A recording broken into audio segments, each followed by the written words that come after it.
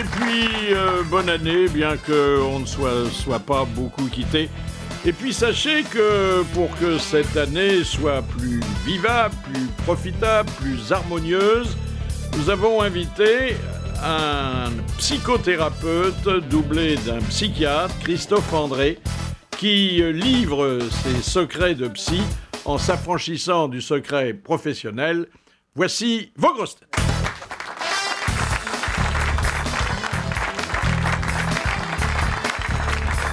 Il ne lève son verre à la santé du bon Dieu que lorsque les glaçons tombent du ciel. Jean-Jacques Perroni. Bonjour. Le soir, il écrase les politiques, la nuit, ses admiratrices. Bernard Mabille. Bonjour. Chaque cachet, au lieu de la soigner, aggrave sa folie. Éric Logérias. Bonjour. Nous avons renoncé à compter ses bonnes fortunes lorsque nos doigts des mains et des pieds n'y ont plus suffi. Macha Merrill.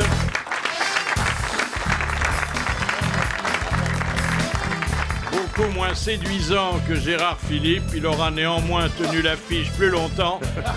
Jacques Bellutin.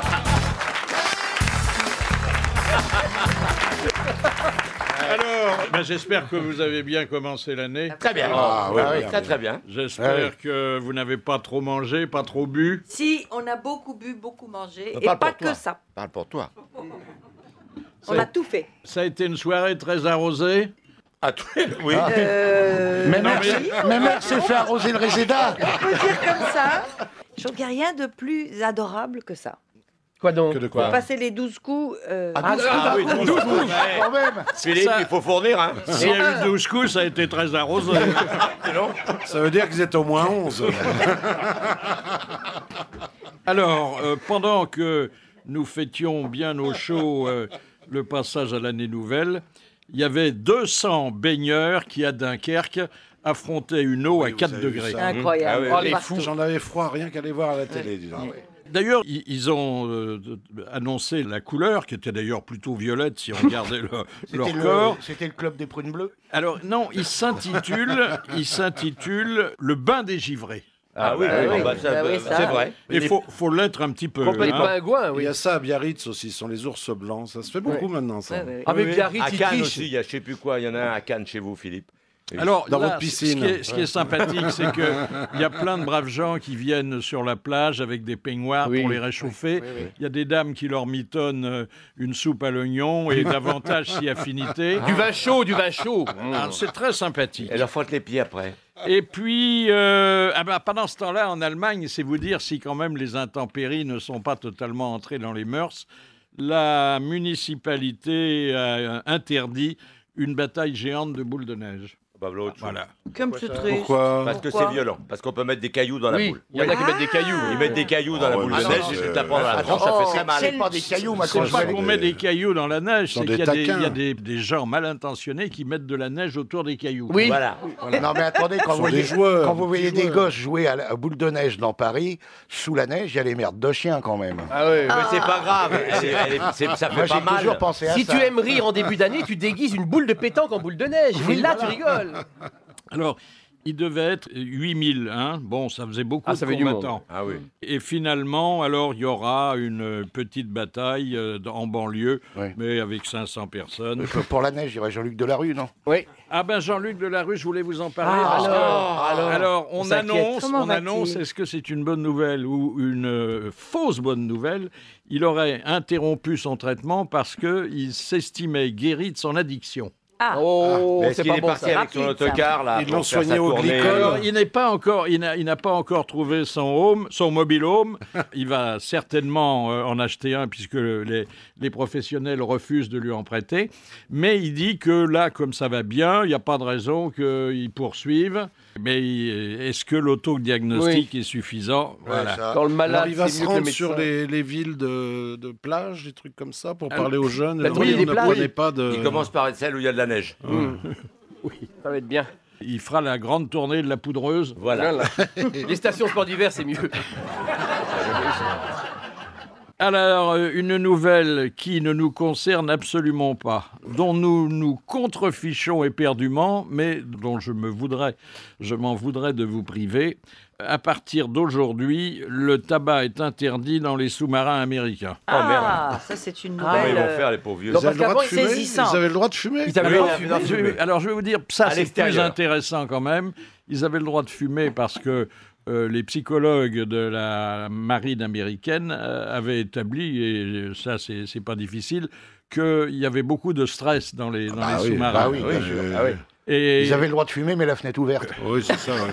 Alors qu'est-ce qu'ils prennent à la place? Mais c'est quand même un signe des temps que Mais la comment on loi peut fumer dans un s'applique sous-marin dans un univers aussi rigoureux et Ah oui. confiné. Bah Hein. oui, bah oui. Je ne sais pas si vous êtes allé à bord d'un Une fois. sous-marin. Une fois. Enfin, Oui, moi ils aussi. naviguaient pas. Hein. Moi non plus. Moi, Mais jamais. Jacquet. Donc, je peux vous en Ah parler. ouais. Oui. C'est terrible. Hein. Dès que vous avez franchi le sas, vous n'avez qu'une envie, c'est de ressortir. Quand vous voyez Widorm, ces espèces ouais, de ouais. couloirs minuscules, paraît- vous il imaginez paraît qu'il y ait que un mec qui fume là-dedans, ça va être Il terrible. paraît que le pire, c'est quand ils reviennent d'une croisière assez longue, quand ils ouvrent les trucs, il paraît qu'il y a une odeur Oh qui Bah, ça t'imagines. embaume le porc, il paraît. T'imagines, ils sont combien? Une centaine là-dedans. Bah oui. Il paraît que c'est terrible, on dirait la lettre du ça. père Guy Gilbert. Le cassoulet est interdit. Hein. Alors, il y a maintenant des femmes sous-marinières. Oui, Oui, ça c'est autre chose. Des salopes. Il y en a sur nos plages l'été, il y en a beaucoup qui sont sous-marinières, mais c'est pas les mêmes. Et là, alors elles ont très peur parce que les couloirs sont tellement exigus Ah oui, il faut pas que qu'ils aient une forte rien poitrine. que de croiser un marin et elle tombe enceinte. Puis regardez si la matelote est bien nichonnée, fortement. Ah bah là, les sous-marins, ils ont toujours la main sur la torpille. Hein. Ah bah oui. Ah, le coup de sang. C'est celui de Bernard Mabille. Alors, un coup de sang contre mon iPhone qui m'a réveillé 2873 fois la nuit de la Saint-Sylvestre. Pour le même SMS, bonne année Christine, bise à ton chien, ton Robert qui t'aime. Je demande à Orange de me rendre mon bon vieux téléphone à cadran. Un coup de sang contre Brice Hortefeux qui, pour remplir son quota d'expulsion 2011, n'a pas hésité à foutre dans un charter pour la Côte d'Ivoire le plus célèbre de nos duos comiques, Roro et Jaco. Fallait voir Roland Dumas et Jacques Vergès, les tontons flingueurs du barreau affalés dans les vastes canapés d'un palace d'Abidjan. Victime sans doute du décalage horaire, d'un excès d'alcool de baobab et d'un gâtisme bien avancé, ils ont déclaré la guerre à la France coloniale, citant en vrac Lyotet, Tintin au Congo, le docteur Schweitzer et le tirailleur de chez Banania. Amis des démocrates du monde entier, ils vont soutenir Laurent Gbagbo. Quand on sait ce qu'il advint de leurs clients, le mec est mal barré. Une seule solution pour lui, appeler à son secours Gilbert Collard. J'avais un mot à dire sur le passage de nos amis en Côte d'Ivoire. Ah oui, non mais je trouve que pour un pays de cannibales, on leur envoie de la viande pas fraîche. Merci Bernard. Voilà un duo bien au plein. Un second coup de sang contre Brice Hortefeux qui a déclaré sans rire que la nuit du réveillon a été calme. C'est beaucoup mieux, a-t-il dit. Juste 501 interpellations, 16 flics blessés plus ou moins grièvement, un disjockey tabassé à mort, une jeune fille kidnappée, violée et rouée de coups, et une jeune fille violée et assassinée, et si peu de voitures brûlées qu'il faudra au moins 15 jours pour les compter. Brice Hortefeux se félicite et termine sa phrase « C'est beaucoup mieux que si ça avait été pire ». Un coup de sang contre la SNCF qui va augmenter ses tarifs des TGV. Tu ne plairas plus ton voyage aux kilomètres parcourus, mais aux heures passées prisonnier du train. Ainsi, pour aller de Strasbourg à Port-Bou, sans crédit à ta banque, Tintin. Accompagnant la hausse du TGV, celle de la TVA sur les accès Internet, celle des assurances auto-immobilières, celle de l'EDF, de la consultation médicale, du forfait hospitalier, de l'essence et de la hausse sur les hausses. On nous a prévenu, la note sera salée. Beaucoup plus en tout cas que nos autoroutes sous la neige. Un coup de sang contre la Cour des comptes qui vient de faire une grosse peine à Jacques Chirac, instigateur de l'érection du musée Jacques Chirac, inauguré par Jacques Chirac sous la présidence de Jacques Chirac. Situé à Saran, fief de la famille Chirac, à l'angle de l'avenue Jacques Chirac et du boulevard Bernadette Chirac, à 2 pas de la rue Claude Chirac, tout près de l'allée Martin Chirac, le musée se révèle être un gouffre financier, le Padirac de la culture. Quelques chiffres. 18 millions d'euros pour la construction et l'agrandissement, 1 million d'euros pour les frais de fonctionnement annuels, 200 000 euros de recettes et 150 cadeaux exposés, sauf la culotte de Madonna. Ceci explique peut-être cela. Quant au restaurant, car l'on s'y restaure, il affiche un déficit de 270 000 euros. En période de crise, ça fait quand même cher le kilo de tête de veau. Un coup de sang enfin contre Hervé Morin, qui nous a adressé ses vœux, alors qu'on lui demandait rien. Depuis sa cuisine, devant casseroles et gamelles, souvenir de son passage au gouvernement. Seul, l'air triste et abattu, sans musique ni bruit alentour, il nous prévient. J'aime bien manger, j'aime bien boire, je suis un épicurien. Qu'est-ce que serait si ce mec était un triste ? Question mise en scène, Godard est un rigolo. Un coup d'œil à la cocotte minute, désespérément vide, un détour par le réfrigérateur dont il ne sort rien. Morin débite un texte écrit sur le pense-bête de la liste aux commissions. À chaque instant, tu t'attends une apparition surprise, celle de son épouse. Chérie, où t'as mis les apéricubes ? Ou des potes en goguette ? Où est-ce que l'on t'a amené la Marielle de Sarnez pour une tournante ? Poisson d'avril ? Rien. Le vide intégral, comme le cerveau de l'ex-ministre. Pour faire plus chiant encore, Hervé Morin présentera ses vœux en 2012 en direct de ses cabinets. Merci, monsieur Mabille. Eh bien, vos méchancetés sont comme l'amour d'une mère, chanté par Victor Hugo. Chacun en a sa part et tous les ont tout entières. Et puis, on a beaucoup insisté sur les grandes fortunes de la planète qui distribuent leur argent aux à ce pauvres. propos, bonne année, Madame Bettencourt. Merci, monsieur Warren Buffett, de ne pas oublier mon petit soulier. Merci, monsieur Bill Gates. Merci, monsieur... Comment il s'appelle Et le petit nouveau, là. Facebook. Zuckerberg. Alors celui-là, il donne sa fortune, enfin, il promet de la donner alors qu'il a 26 ans. Hein. Oui, bon. oui. Mais alors, il y en a un qui a plus de 70 ans, dont nous avons parlé incidemment plusieurs fois. Je ne sais pas si son nom va encore vous dire quelque chose, Ted Turner, qui était le magnat de la presse, et monsieur Jeanne Fonda. Mais oui, il était marié avec Jane. Alors, il a donné beaucoup d'argent, des millions, et de son vivant, et à telle enseigne qu'aujourd'hui, il est sans un. Non. Ah, le con. Il est ruiné. Il Le dit pauvre homme, qu'il est il peut complètement ruiné et qu'il attendez, lui toujours- reste tout juste de quoi s'acheter une concession au cimetière. Oh la Mais vache. attendez, il est quand même patron de CNN. Mais il l'a vendu. Il l'a vendu. Mais si, il y a longtemps, il y a bon, longtemps, il y a On ne me tient longtemps. pas au courant. Et Jeanne Fonda peut pas l'aider ? Je ne sais pas si elle aide tous ses anciens maris. Oui, il y en a ça une va faire du tripotée, monde, oui. hein. S'il fait des photos, on peut lui présenter Madame Bettencourt, elle a plus de photographe. Elle a arrêté la publicité pour les rides, là. Il paraît qu'ils veulent bon plus d'elle. Ah, Guy dommage. Fonda ou Madame Bettencourt ? Roger Fonda. Ensuite, une nouvelle... vous avez vu qu'avant la prime à la casse, l'industrie automobile... mais oui. Oh là là. Avant l'arrêt de la prime à la casse, l'industrie automobile a enregistré un regain de commandes et, du coup, le président iranien a pu vendre sa vieille Peugeot 504 Ah, ça y est, Combien, pour refaire combien, tous les combien immeubles. $1 million.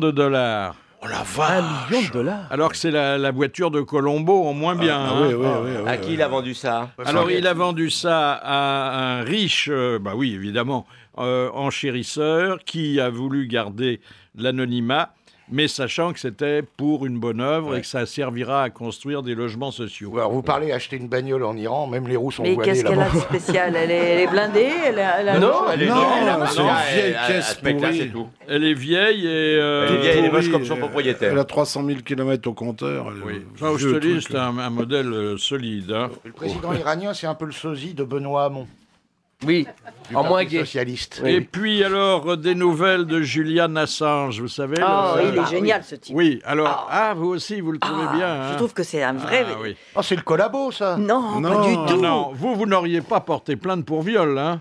Non, mais en plus, je crois que c'est fou. Elles étaient consentantes, les trois, là. Oui. C'est-à-dire, elles étaient consentantes le soir, mais trop fatiguées le matin pour remettre le couvert. Voilà. Alors- Elles ont été payées très cher C'est des pour ça, feignasses. surtout, moi, je pense. Oui, il y a de ça aussi. oui. Alors, pendant que le tribunal examine la demande d'extradition formulée par la Suède, et qui serait d'ailleurs pour lui très périlleuse, parce que la Suède risquerait d'accepter la demande d'extradition des Américains, États-Unis, mais oui. il a trouvé refuge dans un superbe manoir britannique, Alors, on a vu les photos, c'est plein de crotonnes, c'est pas chic. Ah, chic, hein. attendez, on le voit, il est au coin d'un grand feu Sur de des bois. bancs de crotonnes. Voilà. Et moi, j'ai bien lu l'article qui dit que il bénéficie de 2 assistantes personnelles jour et nuit. Voilà. Tiens. Ah, oui. Non, mais elle est parce pas à que- plaindre. Non, mais Et parce puis- que Internet, c'est jour et nuit. On sait jamais, ça va Non, tellement non, vite. c'est surtout que lui, c'est soir et matin. On le sait puisqu'elles ont Eh porté ben, plainte parce qu'il est du écoute, matin. Et puis, Vite qu'il y en a obligé encore de- un qui reste, ça il est intéresse, hein, obligé de franchement. porter un bracelet électronique. Et il Oui. porte un bras. Oui, Oui. mais ça gêne pas pour le déduire. Non, Surtout Ah, si c'est à la cheville. Non. Il y a peut-être des secousses. Ah, peut-être qu'on lui met C'est le quoi son bracelet site ailleurs qu'à la cheville, alors. Wikileaks. C'est le Wikileaks. patron de Zizilix.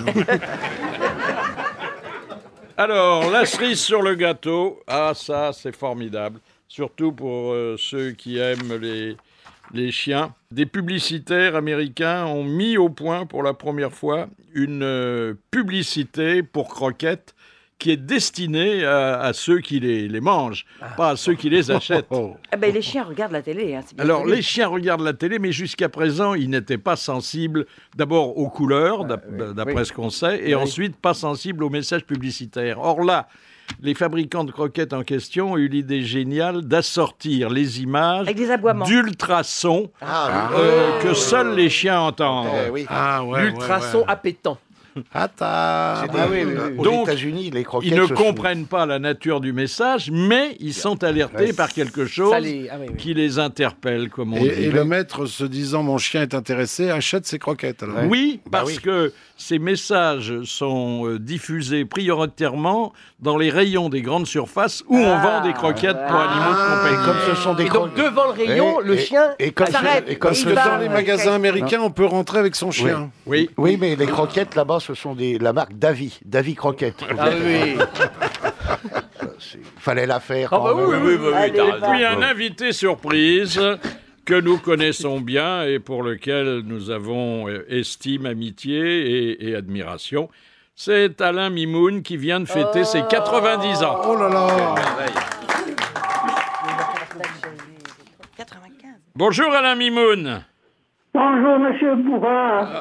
Ah, écoutez, tous nos vœux vont vers vous, et ce sont à la fois des vœux de bonne année et des vœux d'anniversaire, hein. Merci beaucoup, ça me fait plaisir parce que il y a longtemps qu'on se connaît tous les deux. Hein. Ah, ben oui, il n'y a pas 90 ans, mais pas loin, hein.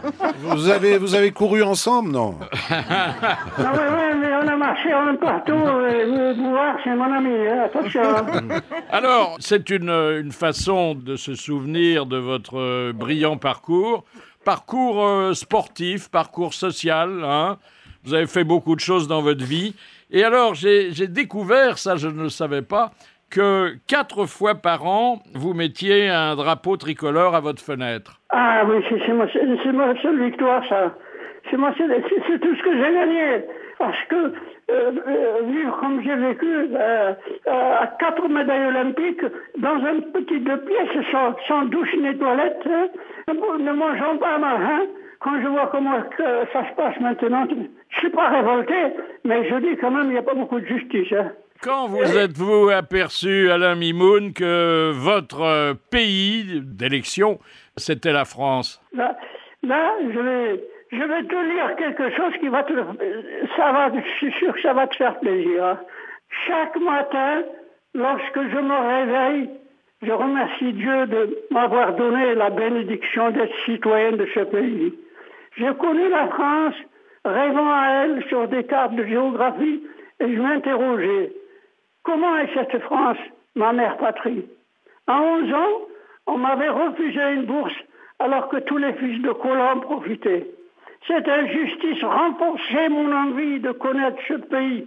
Le seul moyen était l'armée. Le hasard fit que la guerre fut déclarée 3 mois avant mes 18 ans. Je m'engageais. Je me suis plus engagé pour connaître la mère patrie que pour la défendre.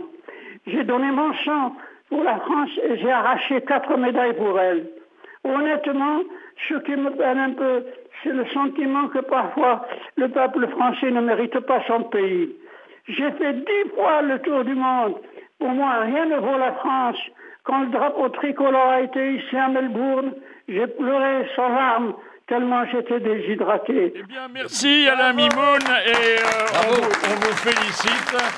Et on salue très bas et avec affection le grand officier de la Légion d'honneur que vous êtes devenu. Merci.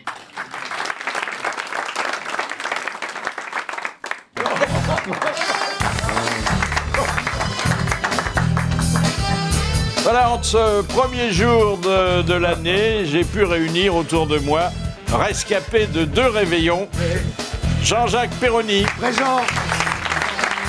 Bernard Mabille, Éric Logérias, Présent. Macha Méril et Jacques Balutin. Présent. Et puis, un invité d'honneur que nous connaissons bien, qui est un augure patenté dans les disciplines de la psychologie, de la psychiatrie. Si on l'écoute, on se sentira mieux dans sa peau cette année. C'est le docteur Christophe André.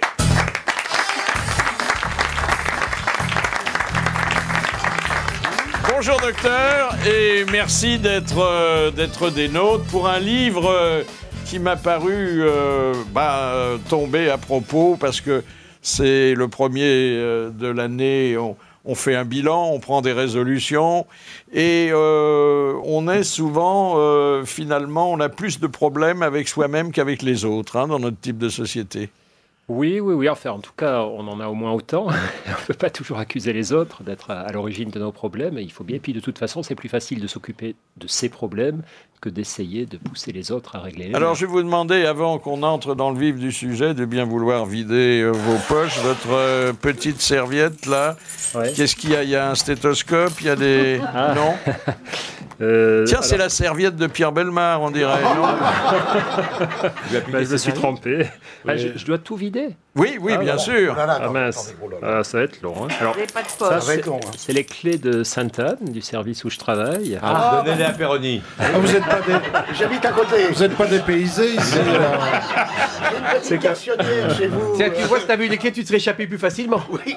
D'ailleurs, on a toujours le fantasme que Sainte-Anne, évidemment, c'est un hôpital d'où on rentre, d'où on ne sort pas. Oui. Alors, je me souviens, j'avais un patient qui était très drôle une fois, qui vient en consultation, puis...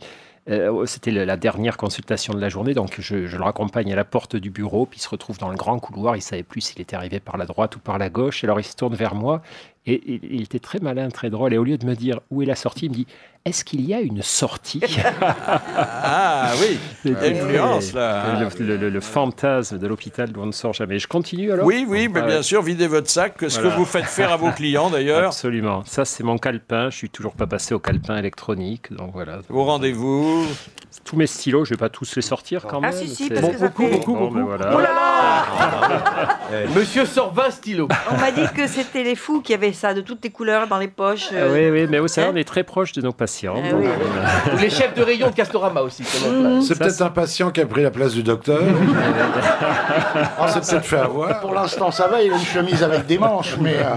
Qu'est-ce que c'est que ça ? Ça, c'est mon calepin. J'ai toujours un calepin sur moi pour noter les bonnes idées. Et ça doublonne un peu avec l'agenda ? Non, non, c'est autre chose. Non, ça, c'est juste pour prendre... L'agenda, c'est les rendez-vous. Le calepin, c'est les idées. Il aurait pu être boulanger, c'est le petit calepin.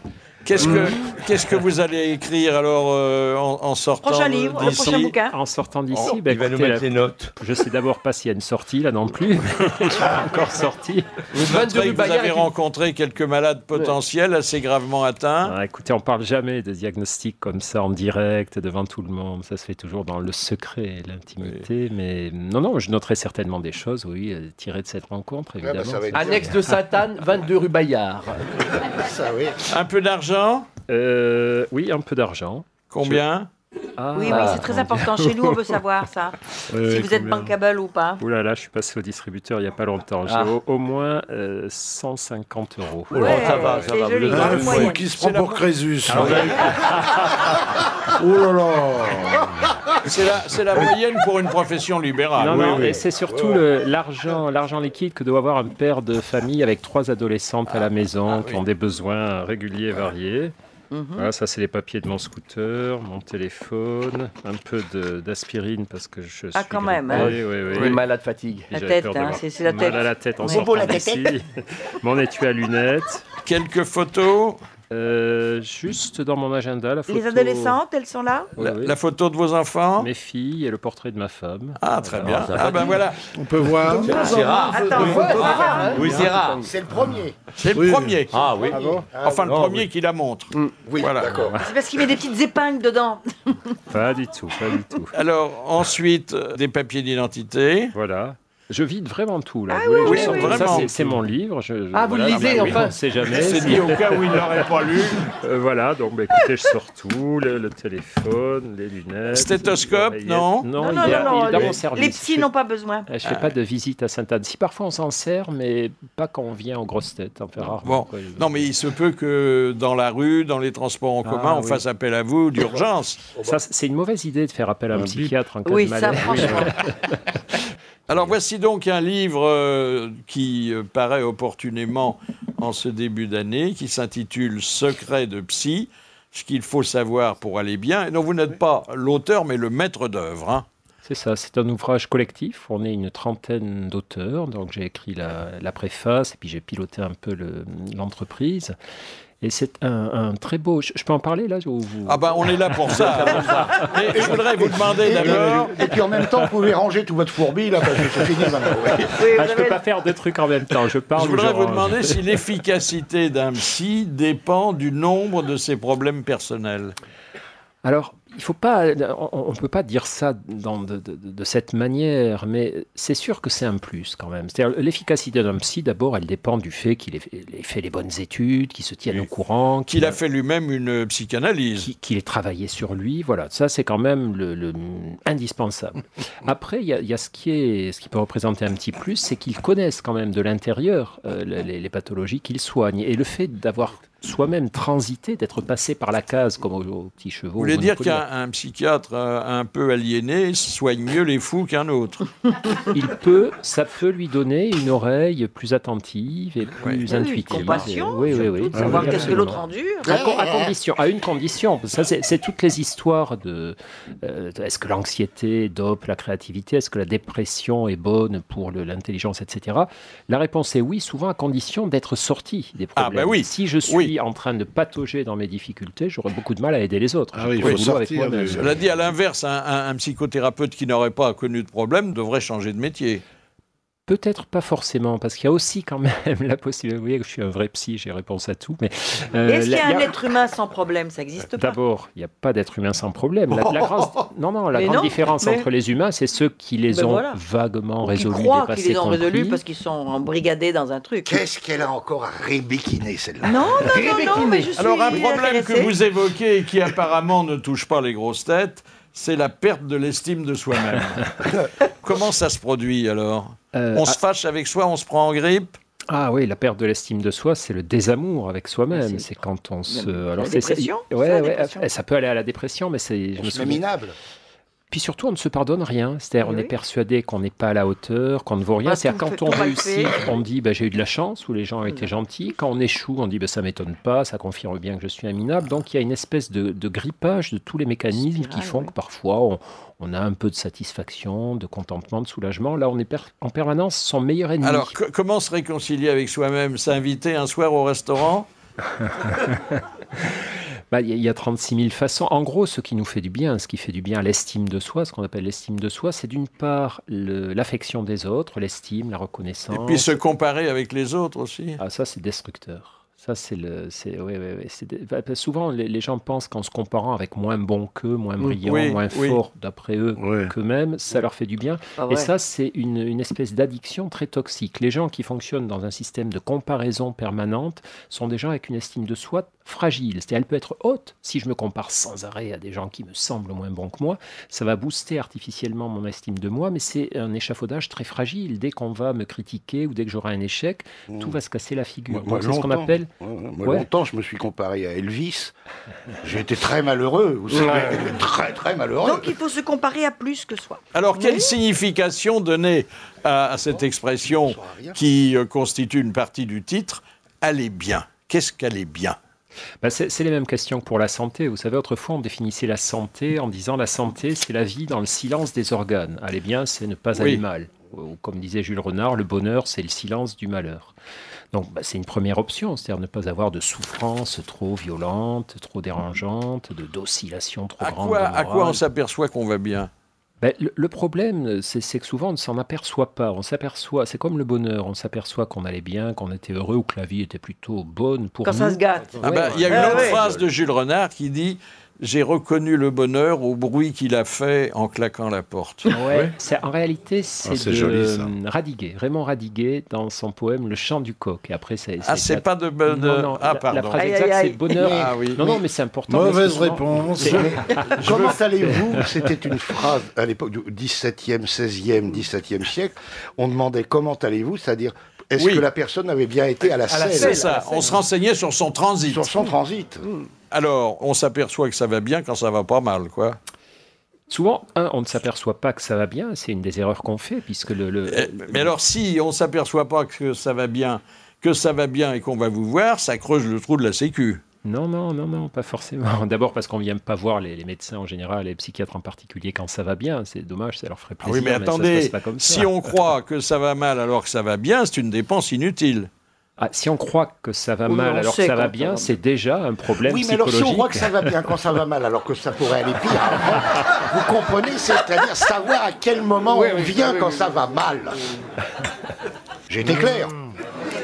Est-ce que les psys vont mieux que leurs patients? En théorie, il faut qu'ils aillent un petit peu mieux tout de même. En tout cas, les psys n'ont pas à être un modèle forcément en termes de santé mentale. On ne leur demande pas de ne jamais avoir eu d'état d'âme, d'angoisse, de dépression, quoi que ce soit. Ils ont à être des modèles en termes d'efforts pour aller bien ou à peu près bien. Donc c'est plutôt à ce niveau-là, quoi. Normalement, ils sont experts. Et comment évacuez-vous toutes les détresses que vous collectez au cours de vos consultations?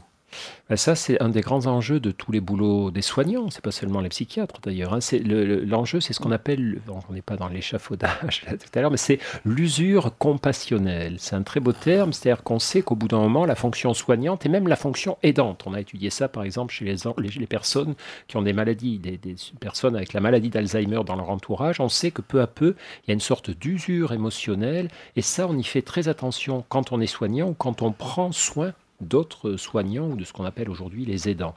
Donc les moyens, d'une part, il y a de ne pas être... C'est un métier, la psychiatrie, la psychothérapie et la médecine sans doute, qui devrait ne pas se pratiquer au-delà d'un certain nombre d'heures hebdomadaires. Parce qu'on sait qu'un des symptômes du burn-out des médecins, on a beaucoup de problèmes de burn-out. Burn-out, quand t'es brûlé de l'intérieur. Ça veut dire que tu sors cramé de l'intérieur. Écoutez, puisque vous prononcez ce mot de burn-out, ça nous a fait souvenir d'une confidence de Muriel Robin. J'ai fait un burn-out il y a 2 ans et on a la vie avant et après. Et maintenant, je suis obligée d'aller vers mes envies, vers ce qui est bon pour moi. Et je reviens. Qu'est-ce que c'est qu'un burn-out ? Un burn-out, c'est pas une dépression. L'image la plus... c'est une maison qui... C'est pas un coup dans les parties. Ça n'a rien à voir avec les burn. C'est pas burn, dit en anglais. Ni le mois d'août. Ni le mois d'août. C'est pas du tout une maladie des couilles au mois d'août. Pas du tout. C'est un burn-out. Ça n'a rien à voir. Mais en tout cas, bon, tenez-nous au courant, c'était l'été prochain. Mais non, c'est l'image qui est donnée. Puis alors, je peux vous dire que c'est celle-là. Une maison, les murs sont intacts, mais à l'intérieur, c'est cramé. C'est-à-dire qu'on ne ressent plus rien. C'est cramé. Donc on attend et on se dit rien. On n'est pas triste, on pleure pas, on n'est pas. Mais alors on souffre pas. Non, mais on se dit on est inévitablement dans le présent, donc on n'a plus d'avenir, plus rien ne touche, on ne ressent plus rien. C'est fort, hein.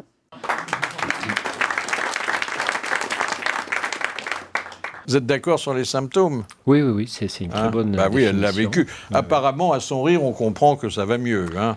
Oui, tant mieux. Mais on en sort si on Alors, vous avez donc dit, docteur Christophe André, que il fallait témoigner d'une certaine compassion à l'égard de ceux qui en ont besoin, qu'il y avait une limite à cette compassion et que le soir, quand on rentrait chez soi, il fallait faire un peu le vide dans son esprit.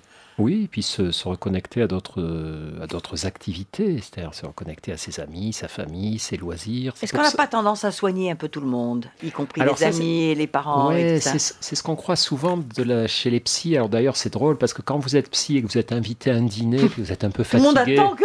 vous dites rien, vous regardez les gens sans parler en attendant que ça soit fini, et les gens sont persuadés que vous êtes en train de les analyser, de laisser. Enfin, c'est à la fois une chance et une malchance. Pas du pour tout, le vous psy. demandez si vous allez leur prendre du poulet. Hein. Oui, ou on pense tout à fait. Alors, autre quels chose. ont été ou quels sont vos problèmes personnels, docteur André?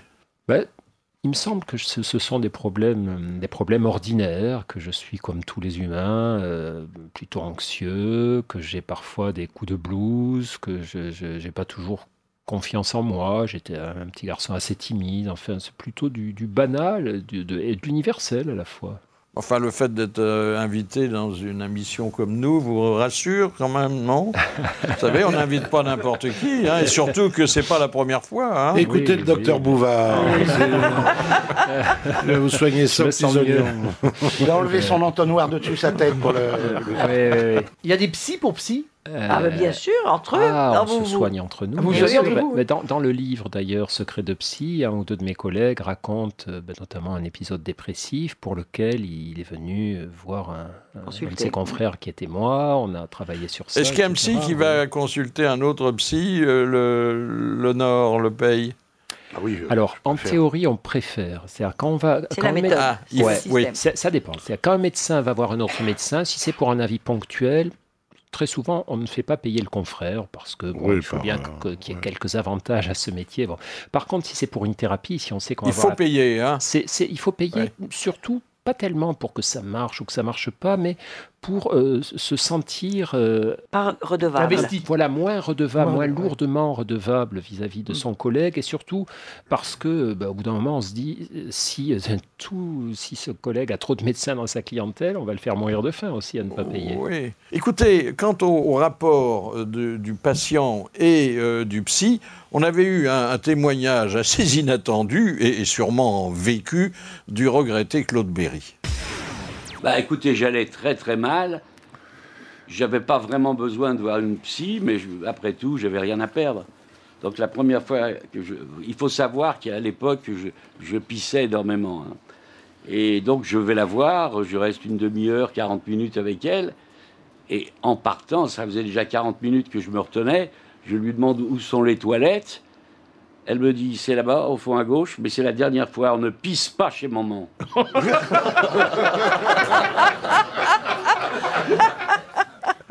Ça vous étonne, ce langage? Ouais, mais bon... Enfin, elle voulait faire de l'humour, j'imagine. C'est ça. Ah non, ça établit un rapport de force. Hein.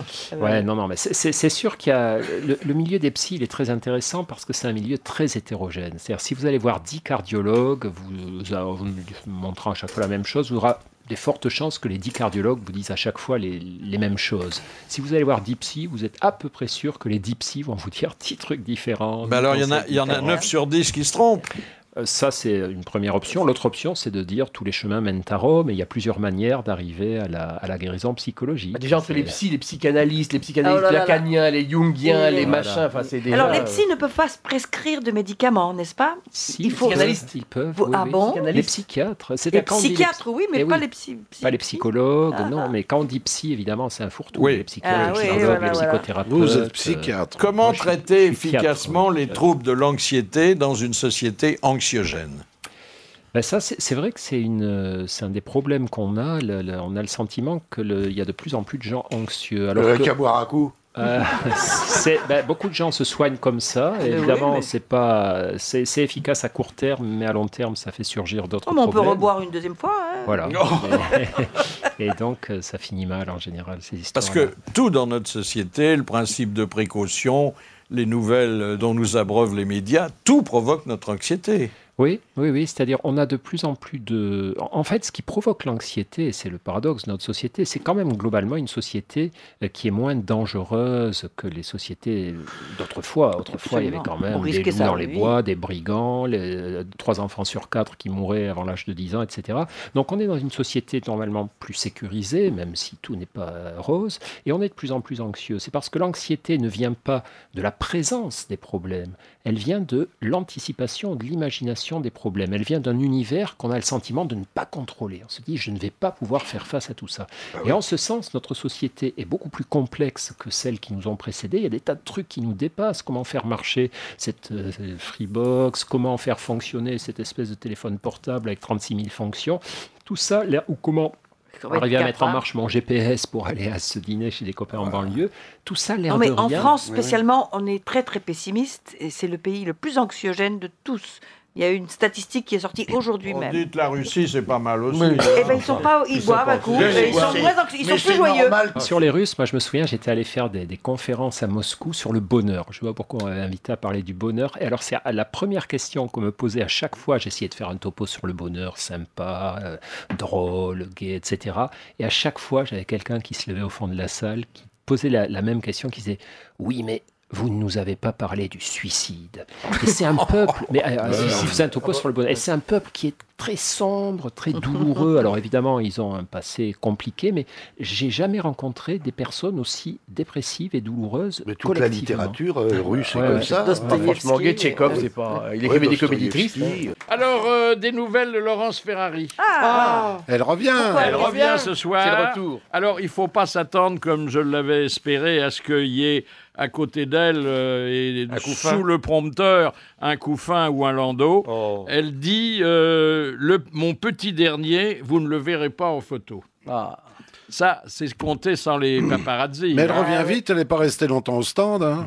C'est vrai. Alors, c'était pas la tique qu'elle avait dans le moteur, c'était un bébé. Chemin faisant, elle fait quelques confidences. Elle dit avec Harry Roselmack, nous sommes un binôme. Bon. Il y a le môme et le binôme. Bon. Elle dit aussi tout ce que je dis à l'antenne, c'est moi qui l'écris. Ça n'est pas du karaoké. C'est passionnant. Il faut le dire. Il faut le dire parce que très souvent, on fait aux présentatrices le reproche de n'être que des speakerines, comme on disait. Elle le lit, mais c'est elle qui a écrit le texte. Voilà. Elle dit aussi, on est un bon présentateur si on a fait du terrain. Ça veut dire quoi? Si on a déroulé du câble. C'est ça, c'est ça. Elle n'a pas fait beaucoup de terrain. Si, elle a été journaliste, notamment à RTL. Hein. Mais c'est pas vraiment du terrain. Le terrain. En ce moment, nous, on fait du terrain. Oui. Ah oui. Ah bon? Ah oui. Je croyais qu'on faisait de la radio. C'est du terrain lourd, nous. On déroule du câble. Si tu descends au coin de la rue avec un micro et que tu dis bonjour madame, est-ce que vous trouvez qu'il fait froid? Paf, si la dame te dit oui, paf, t'as fait du terrain. D'accord. Elle dit la mise à l'écart d'Audrey Pulvar est injuste. La solidarité de présentatrice. Elle dit Mélenchon, c'est une personnalité politique que j'aime bien. Il a du répondant, au moins il est rigolo. C'est vrai que... il est rigolo. Pour les journalistes, c'est rigolo. Elle dit quoi d'essentiel encore? Oui. Parce que là, j'ai un peu mal à la tête, là, vous voyez. Elle dit, et si ma bille est parmi vous, embrassez-le bien. Ça, je veux bien. Je veux bien. Et puis, ce matin, Laurent Gérard a fait fredonner à Guy Béard, dont il imite merveilleusement la voix, un couplet de sa façon, de dire de la façon de Laurent Gérard. Or, moi, ce matin, j'ai trouvé sur mon bureau une petite chanson que Guy Béard avait écrite pour les grosses têtes et qui est une parodie, alors attention, c'est un peu osé, de la Marseillaise. Et comme c'est un peu osé, je vais demander à Jean-Jacques Perroni de bien vouloir l'interpréter. Bon, alors ça s'appelle La Bordelaise. Alors je m'excuse parce que je chante assez faux en général. Mais c'est bien pour ça que je vous ai choisi. Tu peux pas chanter plus faux que Guy Béard. Allons enfants de la panique, le jour foutoir est arrivé. contre nous de la République. Le fatras des lois est levé, le fatras a des lois est levé. Et voyez-vous dans nos campagnes grouiller tous ces alinéas qui viennent jusque dans nos bras, étouffer nos fils et nos compagnes. Aux burnes, citoyens, baissez vos pantalons, votons, votons, que nos bavures inondent nos boxons. Voilà, alors... C'est un peu osé. Hein. Ah oui, quand même. Mais il y a du souffle et je crois que la mélodie marchera. Ah. Oui. Et c'est vraiment de Marie Guy. serait pas très C'est contente. vraiment Hein. de Guy. Bah oui, évidemment. Évidemment. Est-ce que le sport est un anxiolytique? Ouais. Oui, eh ben on va jouer au tennis. Ah. On va jouer au tennis et vous allez voir, ça va détendre l'atmosphère. On va s'envoyer des balles comme ça et on va demander à Jacques Balutin d'assurer le rôle de l'arbitre. Regardez cette souplesse. Ah, il grimpe ça comme si c'était le Mont Ventoux. Hein. Un jeune homme. Christophe André, peut-on dire que nous sommes tous fous? Tous potentiellement fous. Alors, je peux compléter la réponse ou il faut... Non. Allez-y, parce que ça, vous n'avez pas de points. Moi, je suis psychiatre et j'ai jamais vu de fou, en réalité. Donc, tous ou pas tous fous, ça, c'est une question qui me dépasse. Moi, je vois des schizophrènes, des déprimés, des anxieux, mais je n'ai jamais vu de fou. Vous faites le détail, oui. Oui, puis le terme fou est un terme qui ne concerne pas la psychiatrie. Alors, nous sommes tous affligés d'une des pathologies que vous venez d'évoquer. On n'est pas tous affligés d'une pathologie. On est tous vulnérables. Et on pourrait tous, si on ne faisait pas les bons efforts ou si la vie commençait à nous secouer dans le mauvais sens, basculer dans une pathologie. Ça, on est tous menacés. Absolument. Voilà. Un point. Est-ce que sans leur blouse blanche, on ne confondrait pas les praticiens avec leurs malades? Si, probablement. Et d'ailleurs, quand on fait des thérapies de groupe où tout le monde enlève la blouse du côté des soignants, qu'on se mélange joyeusement, quand quelqu'un arrive un peu en retard à la première séance, il ne sait absolument pas où sont les psys et où sont les patients, et c'est parfait comme ça. Un point. Philippe, il va falloir faire quelque chose. Hein. Oui, mais attendez, c'est un interrogatoire difficile. Parce que... Oui, vous avez peur de tomber dedans. Il ne veut pas laisser paraître ses propres pathologies. Oui. Alors, il y a un chapitre qui m'a paru plus passionnant que les autres encore. C'est celui où on enseigne les moyens de lutter contre la phobie sociale. Oui.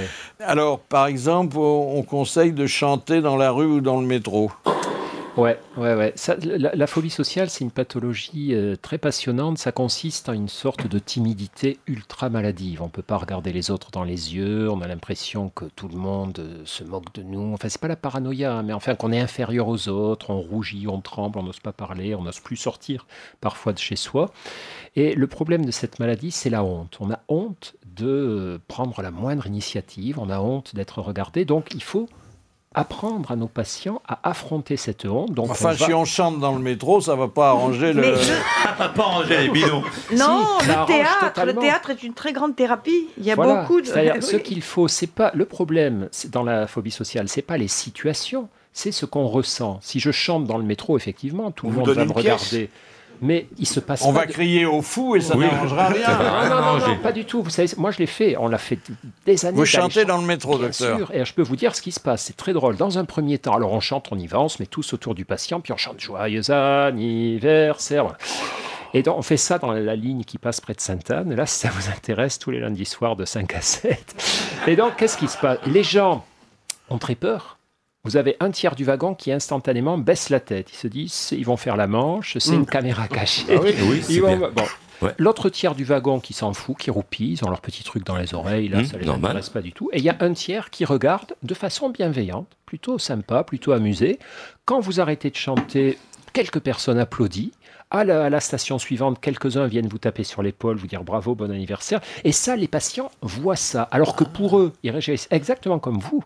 Ils se disent, si je chante dans le métro, c'est police secours, on va m'agresser, se moquer de moi. C'est jamais ça qui se passe. Jamais. Et confronter ces fantasmes et la réalité, c'est ce qu'on appelle une thérapie comportementale. Et vous faites ça tous les lundis ? Oui. De quelle heure à quelle heure ? 17 à 19h. Lundi prochain, je suis là, je veux pas louper ça. Un point. Prenez des pièces de monnaie pour encourager l'artiste. Absolument. Voyons, on a la médecine obligée de faire la quête dans le métro. Alors, autre thérapie surprenante aussi, mettre un nez de clown dans la rue. C'est le même principe. C'est-à-dire, le principe, c'est de se libérer de la peur d'être jugé négativement. Donc, au lieu d'essayer d'en discuter, de dire mais c'est pas grave d'être jugé négativement, de faire juste des paroles, de soigner par la parole, on le fait aussi avec les patients évidemment, on se met dans une situation où objectivement on a l'air un peu ridicule pour vérifier qu'on peut survivre à ça. On n'est pas obligé de faire la dépense d'un nez de clown, on peut boire comme Péroni. Bien sûr, je vous remercie. Après c'est permanent comme ça. Mais pour la nuit du réveillon, mon nez clignotait tout seul, c'est ça que vous voulez? Et là aussi, on crée un certain émoi parmi les passants. Oui, mais ce qui est important, c'est pas tellement ce qui se passe, c'est l'impact que ça a pour nous. La liberté psychologique, c'est de ne pas trembler ou avoir envie de fuir dès que les regards... Et vous l'habillez comment comme le mec de chez McDo, vous l'envoyez chez McDo carrément, ils font « Ah, t'as l'affiche qui marche, c'est ça ?» Il suffit d'avoir un nez rouge ou la braguette ouverte. Mais moyennant quoi, tout le monde se lâche. La braguette ouverte, là, c'est autre chose. Là, c'est pas pareil. Moi, j'ai fait ça au bois de Boulogne, j'ai eu un succès. Oui, moi aussi, j'ai eu la braguette ouverte, j'avais pas de problème. Hein. Mais moi, j'avais mis un nez de clown sur la braguette ouverte. Oui, c'est encore mieux. Moyennant quoi, tout le monde se lâche maintenant et tout le monde, c'est devenu un monde de... 4-0. Alors, la troisième thérapie me plaît beaucoup. Et elle va plaire aux grosses têtes dans la mesure où je les connais bien. C'est utiliser un coussin péteur dans l'autobus. Un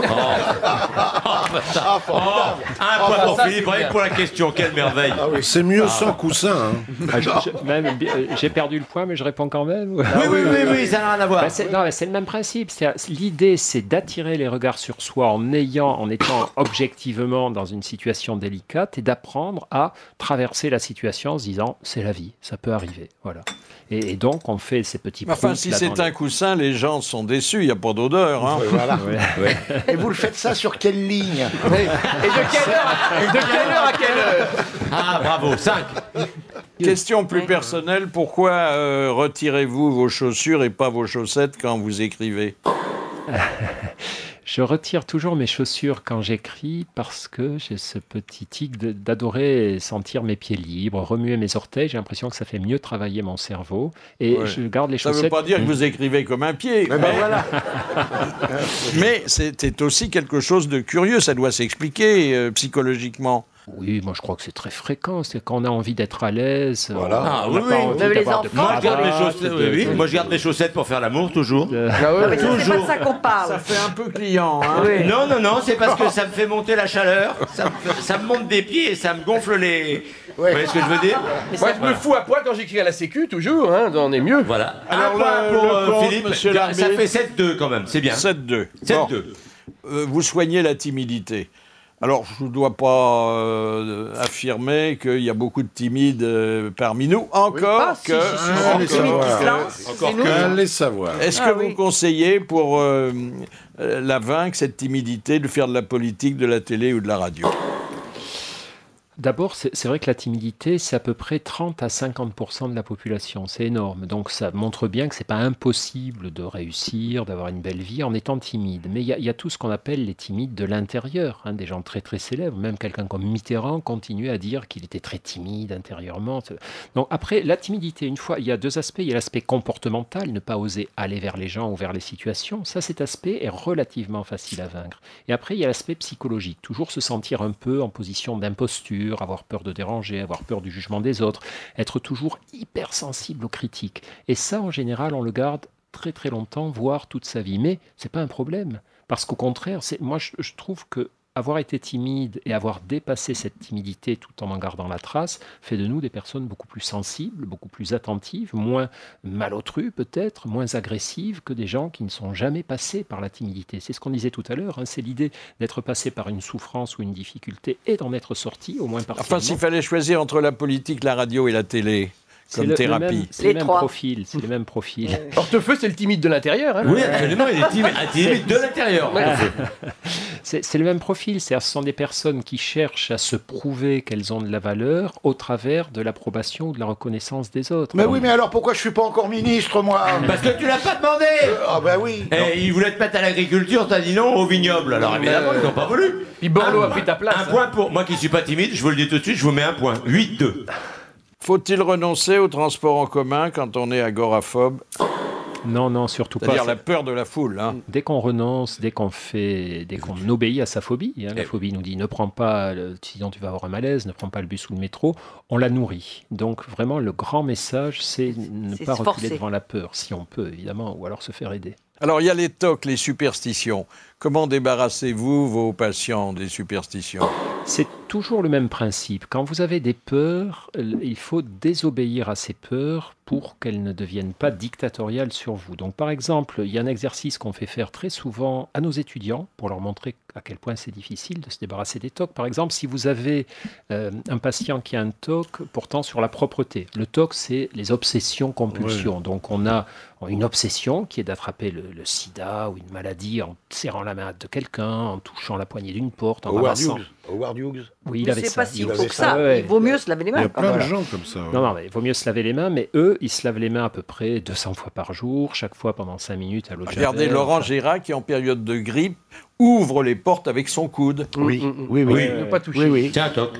Et en tout cas, donc voilà, ils ont ces peurs. Donc évidemment, s'ils obéissent à cette peur qui leur dit soit ne touche pas, soit lave-toi les mains à l'eau de javel ensuite, ça va beaucoup leur compliquer la vie. Donc l'exercice, c'est d'apprendre à désobéir à ces peurs. Donc ce qu'on fait faire à nos étudiants et aussi aux patients, on leur demande en cours d'enlever leurs chaussures. Vous pouvez le faire avec moi si vous voulez. Encore.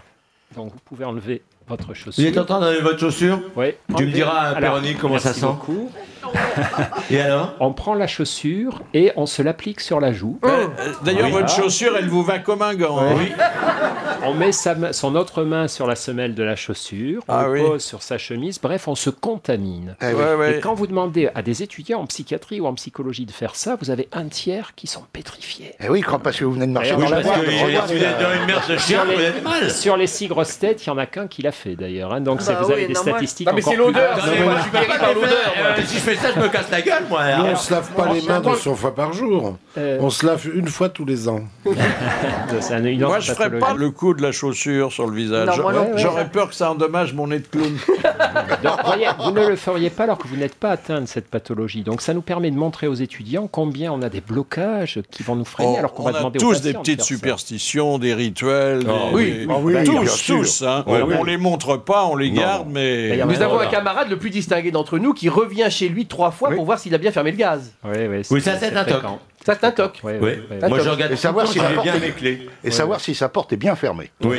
On va lui indiquer le coup de la chaussure. Alors. Bah oui, on va lui dire embrasse ta chaussure. Un point pour. Oh oui, on va lui dire, il va être content. Un point pour. On en est à 1 point pour le docteur, ça fait 9-2, Philippe. Bon. Est-ce que le bon docteur Freud s'est trompé? Ouais, il s'est trompé sur beaucoup de choses, mais on ne peut pas lui en vouloir, c'était il y a plus d'1 siècle. Donc le problème avec Freud, c'est pas qu'il se soit trompé. Oui, sauf que c'est votre saint patron quand même. C'est notre grand ancêtre. Alors on ne peut pas considérer que tout ce que Freud a dit reste d'actualité aujourd'hui. Il y a beaucoup de choses qui ne sont plus d'actualité. Par contre, on lui doit le respect dans la mesure où c'est quelqu'un qui a ouvert la voie. Vraiment, il a fait une grande découverte. Mais pourquoi a-t-il dit sur le bateau qu'il amenait aux États-Unis, ils ne savent pas que je leur apporte la peste? Oui. Alors, il disait ça à Jung, qui était un de ses élèves, et après ils se sont fâchés. On m'a jamais expliqué ça. En gros, Freud avait, à juste titre, sur certains plans, une image très élevée de lui-même. Il avait très bonne estime de soi. Il était persuadé d'être un conquistador, quelqu'un qui allait révolutionner la marche de l'humanité, mais persuadé aussi que ça allait beaucoup déranger, parce qu'à l'époque, le côté très novateur de Freud, c'est qu'il c'était un des premiers à parler de sexe, à dire le sexe est partout, dans les comportements des enfants, dans nos rêves, dans nos actes manqués, Et ça, il faut voir quand même, c'était à la belle époque. Hein, c'était très puritaine. Et donc ça, les Américains, quand ils ont vu arriver ça, ils ont été à la fois très choqués et très excités. Ça a été aussi un des secrets. Ça a été une vraie révolution aux États-Unis. Très bonne question de Péroni. Très bonne question de Péroni. Il y a autre chose, il y a les phobiques du métro, ou les phobiques de l'ascenseur, ou les phobiques de l'avion. Comment on les guérir? Les plus compliqués, c'est les phobiques de l'avion, puisque dès que vous avez une phobie des transports, le thérapeute va vous proposer de monter avec vous dans une voiture, dans le métro, donc ça va. Quoi. Ouais, mais l'avion, vous ne l'aurez pas, Philippe, je vous le dis tout de suite. Essayez de guérir Philippe de son avion, vous n'y arriverez pas, je vous le dis. Le simulateur. Il veut pas. Alors, les simulateurs, effectivement, ça marche pour des peurs normales, mais pas pour les phobiques, parce que les patients voient très bien que c'est pas vrai. ils voient bien qu'ils sont dans un simulateur, a priori. Ils sont pas cons quand même. Ils sont pas cons quand même. Ils sont malades, mais pas cons. Donc, à ce moment-là, on est obligé d'utiliser d'autres stratégies, c'est de voir de quoi ils ont peur exactement. En général, ils ont peur de mourir. Il y a les deux grandes peurs des phobiques de l'avion, c'est la peur de mourir parce que l'avion va s'écraser, ou la peur de devenir dingue parce qu'on ne peut pas sortir, quoi. On est enfermé. La claustrophobie. Oui, j'ai pris l'avion avec vous à l'époque du théâtre de...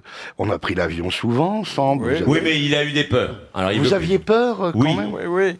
Il y avait de l'huile sous la laile, c'était moi. Non, mais c'est vrai. Oh, quelle jolie image. Mais vous avez fait tous les stages et tout ça, pourtant, vous avez tout fait pour... Non, j'ai pas fait de stage. Mais voilà, il faut aller voir le docteur.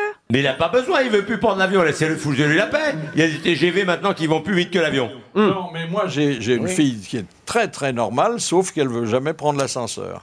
Régis C'est bien, Laspalais, c'est très pareil. sportif. Alors l'ascenseur, là, c'est mieux quand même de voir quelqu'un qui va vous amener en ascenseur régulièrement. Mais pour l'avion, effectivement, on essaie d'aborder l'autre dimension du problème, c'est de demander aux patients, par exemple, de se familiariser avec l'idée qu'ils vont mourir. Ah bah De oui, la- ça me rassure. Ça me rassure. C'est sympa, hein. C'est-à-dire faire son testament avant de monter dans l'avion. Ah bah merci docteur, merci Vous docteur. avez bien fait de l'inviter. Vous avez bien fait de l'inviter, là, Philippe. De toute façon, tu vas crever alors dans l'avion après. Oui, Bon, alors merde. on relativise. 3 points pour Philippe, 4 points pour Philippe. Oh, quelle merveille. On relativise du coup. Oh. C'est ça. Désolé. Ah non, mais ça l'a bien aidé. Il a bien fait de nous faire venir aujourd'hui. Quel est le taux de réussite que vous avez sur ce genre de truc là? Sur les phobies de Sur les l'avion, phobies de l'avion, Oui, 0. Non, si, les phobies de l'avion, c'est sans doute les plus compliquées à soigner. Les phobies, ça va en gros de 30% à 90%. Le plus simple, c'est la phobie De des guérison. animaux. Ouais. Alors, dernière question avant les autres. Est-ce que la passion amoureuse et la foi religieuse ne peuvent pas être assimilées parfois à des formes d'aliénation? C'est ce que pensaient les Grecs de l'Antiquité, qui se méfiaient beaucoup de la passion amoureuse. Non, moi je dirais que c'est une espèce de d'ébullition émotionnelle qui peut nous conduire au meilleur comme au pire. C'est-à-dire, Enfin, qui supprime momentanément l'esprit critique. alors vous savez que non seulement ça c'est une observation qu'on a pu faire, mais j'ai des collègues qui ont fait des études en neuroimagerie. Vous savez, quand on met votre cerveau là dans une machine et on regarde quels sont Moi, les ils n'ont rien zones- trouvé. Il n'y en avait pas. Il est vide. Eh bien, il montre que lorsque les personnes ressentent des élans amoureux très forts, donc c'est très simple, on montre à des... Alors les populations étudiées, c'était des jeunes étudiants amoureux ou des jeunes mamans qui venaient d'avoir un bébé. Quand vous montrez à une personne très amoureuse qui commence sa liaison amoureuse la photo de la personne qu'il aime ou à une jeune maman la photo de son premier bébé, on voit des zones cérébrales se mettre à surconsommer de l'oxygène, devenir dis très donc. actives, les zones dédiées aux sentiments, aux émotions positives, etc. Les oreilles qui clignotent alors. à l'intérieur, Oui. et dans le même temps, des zones devenir hypoactives, comme si elles étaient en hibernation, c'est les zones de la méfiance, du sens critique et du recul. voilà. Donc ce que vous dites est juste. La jalousie. Effectivement, il y a comme une... Oui. Il y a L'amour une nous carence, rend oui. détendus et dénués Et la de foi méfiance. religieuse, docteur? Pareil. Alors la foi religieuse, on a des études aussi qui montrent que c'est une question de dose.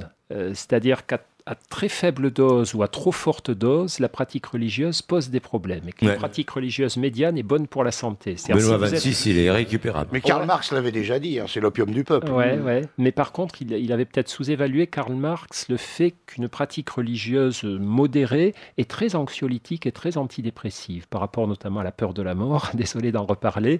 Les personnes qui ont une foi religieuse ont des niveaux d'anxiété liés à la peur de la mort moins élevés. Ah, c'est En tout normal. cas, Il il est- croit bien rien, sûr. Philippe. C'est normal. Bah oui. Donc c'est Bah oui. un bon usage de la 10-4 pour Ah le ben, docteur. Monsieur l'arbitre, Oui. vous conviendrez que dans le minimum de temps, le docteur André a abordé le maximum de problèmes. Absolument, c'est pour ça que je lui ai mis 10 points. Merci, Mais je vous en monsieur prie, l'arbitre, et bravo à l'invité d'honneur. Ah, alors, dans les hebdomadaires en couleur, on constate que les people se portent bien, c'est-à-dire qu'ils ont toujours des problèmes.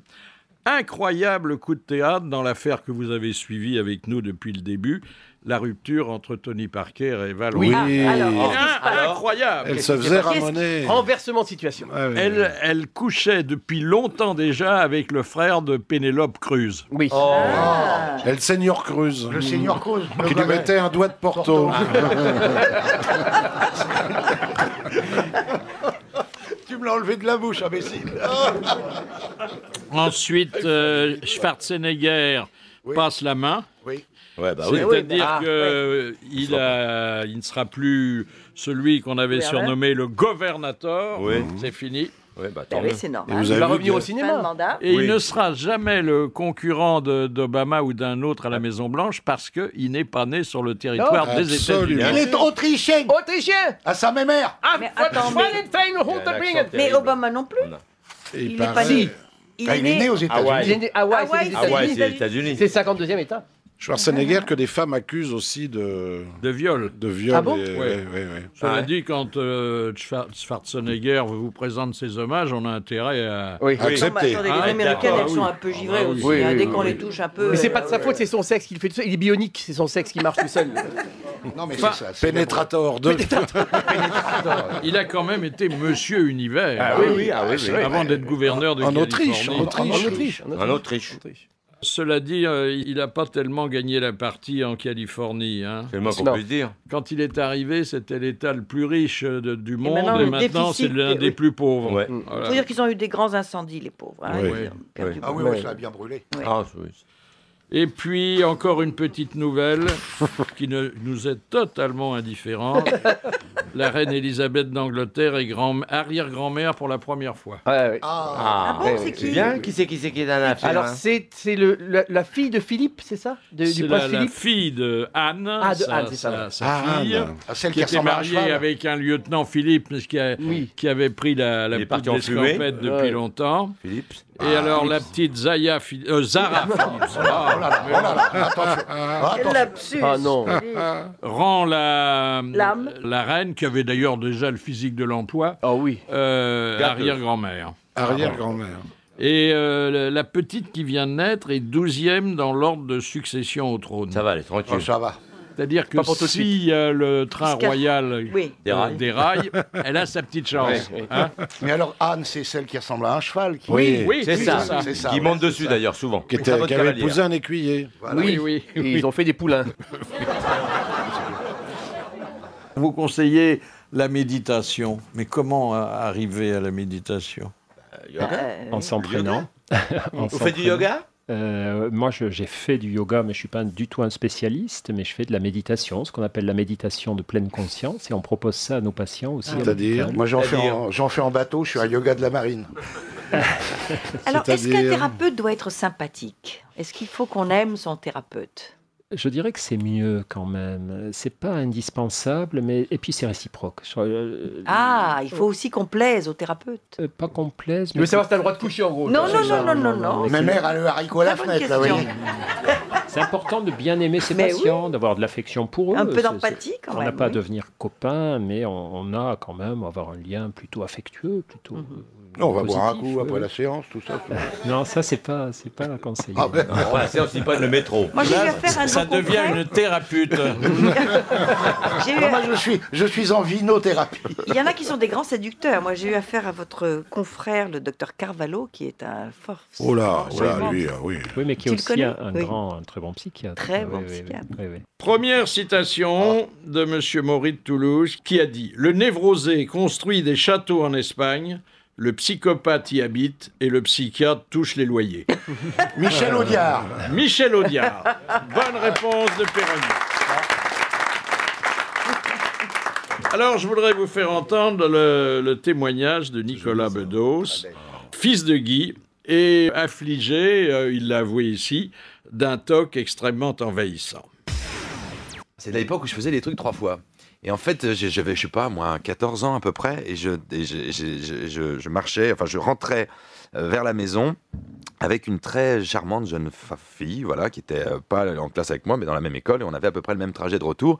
Et je profitais de ce trajet pour essayer de la séduire, de me la mettre dans la poche. Et je m'étais arrangé, moi, avec mes tocs, pour que ça se voit pas. Du coup, je tapais 3 fois sur ce fameux truc, les fameuses bouches d'égout là, et puis de temps en temps, quand je tapais que 2 fois, quand la personne avançait plus vite que moi, je faisais genre, je vais regarder une vitrine, un truc ou quelque chose, attends 2 secondes, je reviens, et hop, je refaisais mon 3e coup, et puis hop, je la rejoignais à la personne, sauf que le bus est passé, notre bus, celui qu'on attendait, et on marchait d'arrêt en arrêt, le bus passe au moment où j'ai fait que 2 fois. Et je vais pas l'abandonner pour ça, parce que j'ai envie de continuer. Donc je monte dans le bus avec elle, je discute, je suis brillant, drôle, sympathique, etc., comme d'habitude. Et puis je la raccompagne chez elle. Et là, je reprends le bus dans l'autre sens, je revais devant la Fnac, je tape une fois, je reprends le bus, je rentre chez moi et mes parents me disent « Mais qu'est-ce que tu fous, t'étais au café ?» Je me fais engueuler.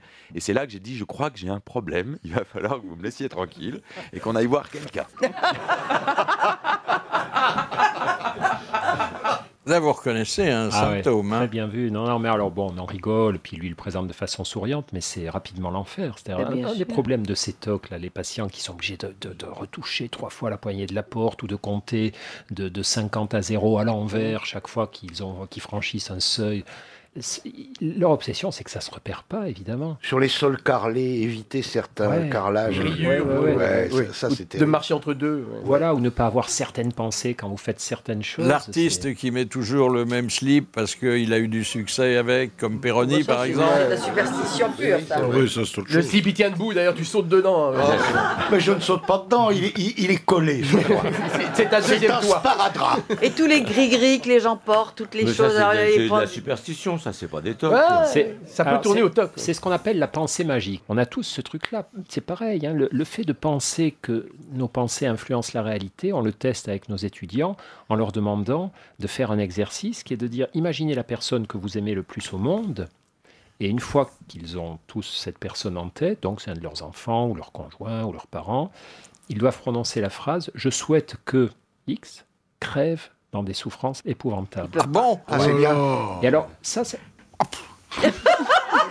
Ça y a foutu un coup à Pépère, là. Si vous voulez lutter contre la pensée magique et contre les superstitions, vous allez devoir faire des exercices comme ça. La pensée magique, c'est penser que mes idées, mes phrases influent sur la vie. Tout est réglé par c'est le vaudou. Est-ce que vous pensez vraiment que... Oui, c'est ça. Est-ce que vous pensez vraiment que dire « je souhaite que machin meure », même si c'est quelqu'un que vous aimez ou vous n'aimez pas, va avoir un impact. Mais ça se fait pas, c'est pas gentil. Il y a eu un téléfilm comme ça, fait par Claude Chabrol avec Gérard Junior. L'idée, mais on peut le dire sans y croire. Le gars, quand il pense quelque chose, ça se réalise. Oh, c'est horrible. Ah oui. Je sais plus. Est-ce que la lucidité qu'on peut avoir à l'égard de ses propres défauts, de ses propres problèmes, n'est pas un début de thérapie ? C'est la première étape. On ne peut pas faire sans ça, mais souvent ça ne suffit pas. Beaucoup de gens qui viennent nous voir sont des gens intelligents, qui ont réfléchi à leur truc, qui ont compris pourquoi ils étaient comme ça et comment ça marchait, mais qui n'arrivent pas à s'en dépatouiller parce qu'ils ne font pas ce dont je vous parle à l'instant. C'est-à-dire, on a besoin de faire ce qu'on appelle des épreuves de réalité. Et c'est tout ce dont parlent aussi les thérapeutes dans le livre. Leur savoir théorique ne les empêchait pas de tomber malades, mais ce qu'ils ont fait, c'est qu'ils se sont confrontés à leur peur pour ne pas leur obéir. Quand on va consulter, c'est qu'on est déjà en voie de guérison. C'est la première étape, évidemment. Il y a des tas de gens qui ne vont pas consulter, alors eux, ils peuvent avoir beaucoup plus de mal à s'en sortir, ça c'est clair.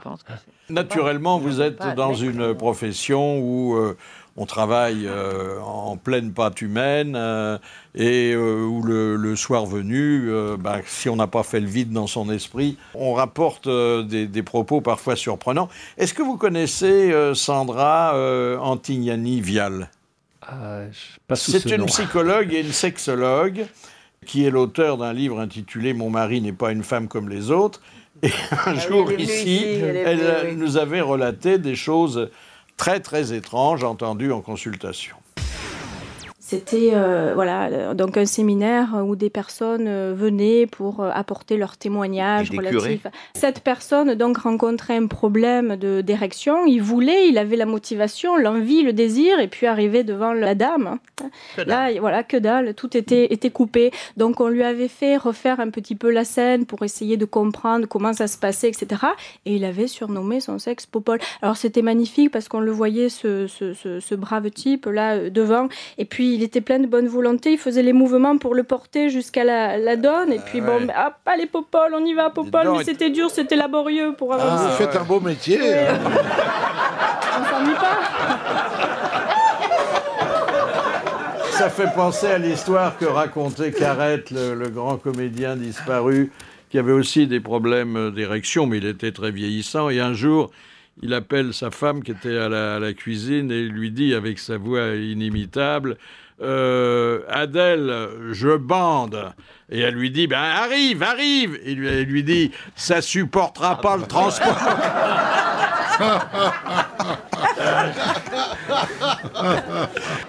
Est-ce que la rigolade, en tout cas la dédramatisation, peut être assimilée à une thérapie ? Assimiler une thérapie, non, mais c'est un outil de bien-être. C'est-à-dire, vous avez ce qui soigne les maladies, donc là, la rigolade ou le sport ne soigne pas les maladies, et puis vous avez ce qui va dans le bon sens, c'est-à-dire soit qui peut vous éviter de tomber malade ou de retomber malade, soit qui peut être un adjuvant, rire, faire du sport, voir des amis, c'est très clairement des atouts importants. Question de M. Brémond, qu'est-ce que les psys appellent l'objet transitionnel ? Ça, c'est un concept qui vient d'un psychanalyste anglais qui s'appelle Winnicott. C'est les doudous des petits-enfants. C'est exactement. Des espèces d'objets qui sont Bonne à la fois réponse. eux, à la fois l'extérieur. Très bon. Est-ce qu'on peut être le doudou de quelqu'un ? Jusqu'à quel âge on doit garder son doudou quand on Oui, voilà, j'allais dire. On ne se souvient pas, un petit doudou. Madame Cassagne demande dans la psychanalyse de l'enfant que désigne-t-on par la scène primitive ? C'est l'accouplement des parents. Auquel l'enfant peut assister parfois, et donc ça aurait un impact qu'il n'est que d'une petite chose comme ça. Faut pas qu'il y assiste. Ah non. Pas tout de suite, pas trop si tôt. possible. S'il a le Canal+, c'est pas la peine. Il y a une vieille blague. Les parents entament les manœuvres de printemps et le môme, il n'a pas fermé sa porte, et puis les parents sont un peu expansifs. Et alors ça commence au radada, tout ça. Oh, vas-y, je viens. Ah non, pars pas maintenant, pars pas. Non, mais je viens. Le gosse, il entend tout ça, il fait attendez, je mets mes pompes et puis je vous rejoins. C'est ce qu'on appelle une tranche de vie. Les petits boulots. Je fais des trous, encore des petits trous, toujours des petits trous. Ah, beaucoup de petits boulots, hein, docteur ? Oui, je finançais mes études avec mes petits boulots. Combien d'études pour être à votre stade ? Psychiatre, c'est Bac plus 11. Mais honnêtement, à partir de la 3e année, c'est vraiment sympa, quoi. On n'a pas l'impression de trimer. Alors, petit boulot. J'étais maçon, j'étais laveur de bouteilles sales. Ça, c'est un truc qui Vous ne pouvez pas le refaire chez Jean-Jacques ? Faut avoir du temps en même temps. Tu vas me lâcher, toi. Alors, le truc dont je me souviens le mieux, j'étais laveur de bouteilles sales. Je ne sais pas si ça existe encore, ce boulot, dans une usine de jus de fruits. Donc, tous les matins, non, c'était pas chez moi, alors. À 6 heures, j'arrivais dans un vieux bâtiment où il y avait une énorme machine à vapeur qui devait faire 10 mètres de long. On enfilait les vieilles bouteilles sales. Et la machine ne faisait pas toute seule. Il fallait des gens pour mettre les bouteilles. Mais c'était à l'époque, il y avait les consignes, ça n'existe plus.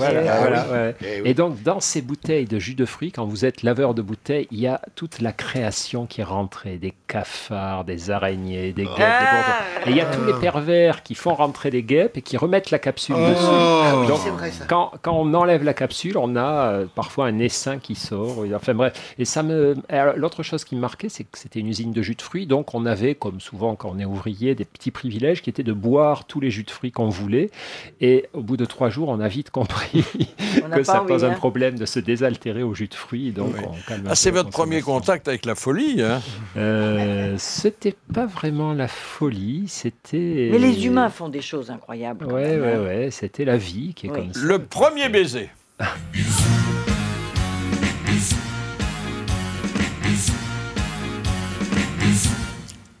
Je dois le raconter, c'est ça. Ah bah oui. Eh oui. Ah bah oui. C'était en 5e, en colonie de vacances, dans le Tarn. On faisait du vélo, du canoë. Puis sous la tente, il y avait une belle blonde à côté de moi. Quel âge? On devait avoir 11 ans, 12 ans. Oh là! Et j'avais rien compris, moi, ces trucs-là. Et donc, mes copains me disaient, mais tu es aveugle ou quoi? Parle-lui, touche-la, regarde-la. Donc, j'ai mis ma main sur son épaule, terrifié. Je me disais, tu vas prendre une claque ou elle va rire. Et elle s'est jetée dans mes bras et on s'est embrassés. Oh là là. Quel âge avait elle? Vous avez joué au docteur. Elle avait 27 ans. C'était la monitrice. 27 ans, c'était la monitrice. Et le souvenir que j'ai, c'est comme dans les rêves, tous ces petits souvenirs, il y a toujours un petit détail qui focalise tout, c'est que comme c'était mon premier baiser, je ne savais pas embrasser évidemment, et donc on se cognait les dents. J'ai le souvenir du choc de nos incisives pendant 5 minutes, le temps de comprendre. Il paraît que quand les deux jeunes ont un appareil orthophonique, ça fait de l'électricité. Ça s'accroche parfois. Parfois, ça s'accroche. Ah oui, c'est terrible. Non, tiens, d'ailleurs, par rapport aux dents et à l'électricité, un des cas les plus incroyables que j'ai eu dans ma vie de psychiatre, c'est une dame qui avait des hallucinations auditives. Donc, on l'accueille. Des acouphènes, ça s'appelle. Pas des acouphènes, non, elle entendait des voix qui parlaient. Oui. Jeanne d'Arc, elle s'appelait Jeanne d'Arc. Donc, le médecin généraliste nous l'envoie, puis elle a pas, en dehors de ça, elle était vraiment cool, quoi. Elle n'avait pas de troubles particuliers, donc ça m'étonnait. Donc, je l'interroge avec un peu plus d'attention, et puis je m'aperçois que les voix, en fait, c'était des bulletins d'information, des matchs de foot, c'était comme des émissions radio. Et en fait, cette pauvre dame avait plusieurs alliages dans la bouche qui faisaient récepteur radio. Il y avait un poste à galène. On l'a envoyé chez le dentiste, et quand le dentiste a mis des résines, du synthétique, les hallucinations. C'est pas vrai. C'est incroyable. C'est incroyable de le dire. Ouais, mais ce jour-là, elle est obligée de payer la redevance.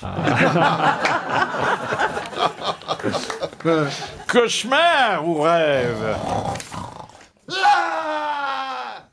Ben, c'est pas très drôle, justement. Alors, je suis désolé, vous allez penser que je vous persécute, mais c'est toujours autour de la mort.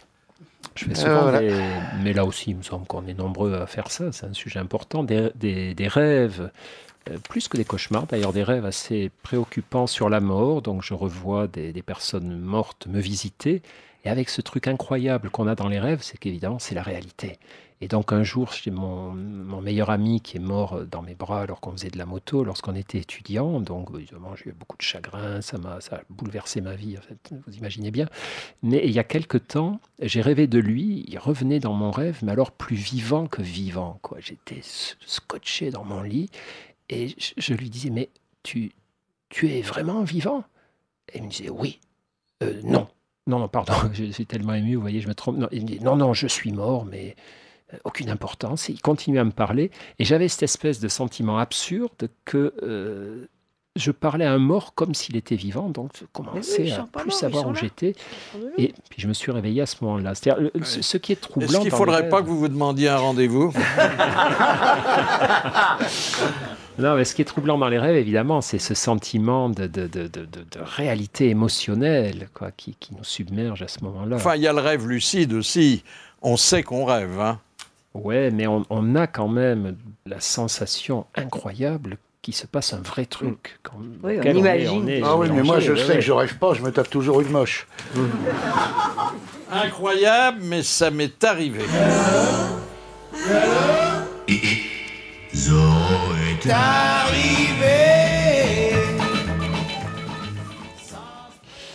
Rien de spectaculaire, juste j'ai des souvenirs marquants récemment. J'ai eu une expérience quand même dont je me souviendrai toute ma vie. Je me suis fait attaquer par un essaim de guêpes. En faisant un truc tout en lavant les bouteilles, non non. Non, mais c'est vrai, vous avez raison. Ça vous poursuit, il y a oui. un destin. Je me faisais une randonnée dans les Cévennes, et puis j'ai vu une barrière d'accès à un chemin de pompiers, où seuls les pompiers doivent aller, qui était ouverte. Donc je me suis dit, tu vas la fermer, quoi, pour pas qu'il y ait des touristes qui passent par là, qui mettent le feu, etc. Donc je la ferme, puis je vois qu'il y avait un verrou, il fallait mettre une espèce de gros clou dedans pour bloquer.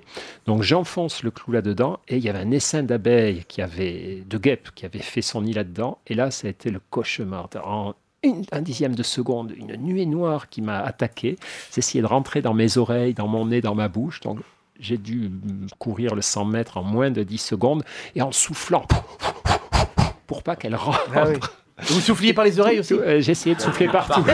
Partout. Là, tu souffles de partout. Et ce truc, voilà, c'est un des moments les plus terribles que j'ai pu vivre. Piqué. Oui, 2, 3, mais j'étais très content. Mais ça laisse des traces, cet anxiolytique. Je suis sûr que vous ne pouvez pas avoir une ruche maintenant sans avoir... Ni un clou. Non, c'est très bon pour la santé, non? Non, avec non, ça fait très mal. Si t'es allergique, tu Et c'est les abeilles pour la santé, c'est pas les guêpes. Oui, là, ce sont les guêpes. J'avais pas envie de faire le test. La honte de l'invité d'honneur.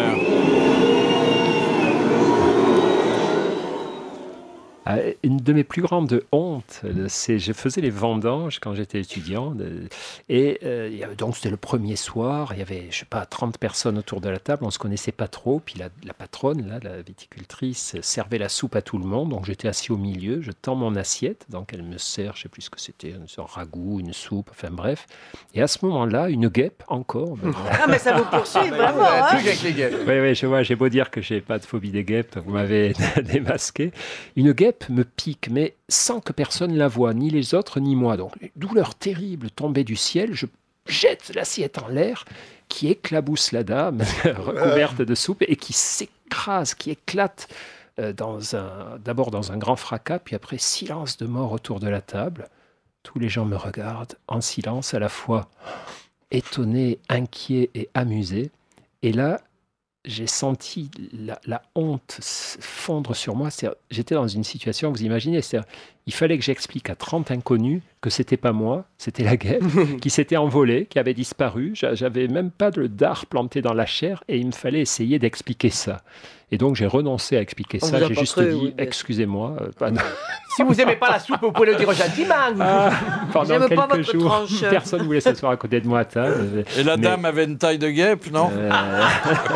Non, mais elle avait un teint. Dernière citation de M. Cellier de Rodez, qui a dit « Après 30 ans passés à étudier la psychologie féminine, je n'ai toujours pas trouvé de réponse à la grande question « Que veulent-elles au juste ?» C'est Freud. Wolinski. Aucune idée. Freud. C'est Freud. C'est Freud. Bonne réponse de Logérias, c'est Freud.